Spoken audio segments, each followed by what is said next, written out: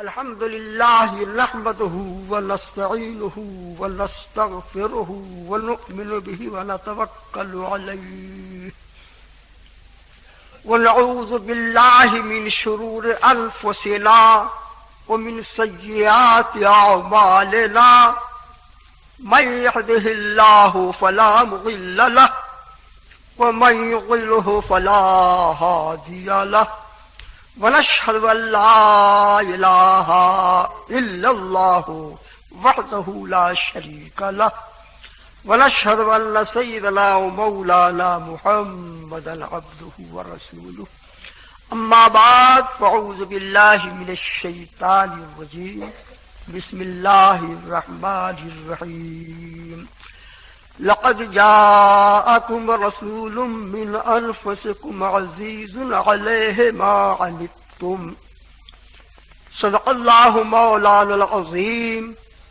وصدق رسوله النبي الكريم ونحن على ذلك لمن الشاهدين والشاكرين فالحمد لله رب العالمين.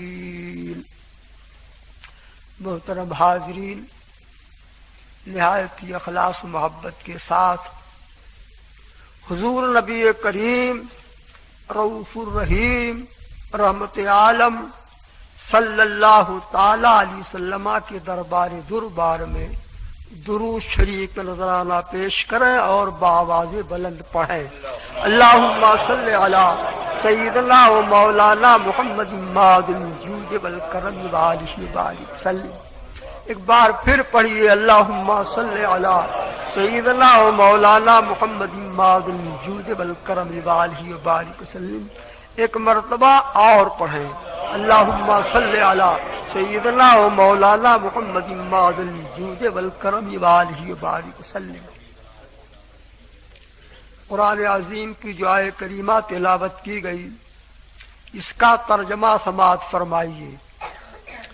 رب کریم نے ارشاد فرمایا لقد جاءکم رسول من انفسکم عزیز علیہ ما عنتم، بے شک تمہارے پاس تشریف لائے،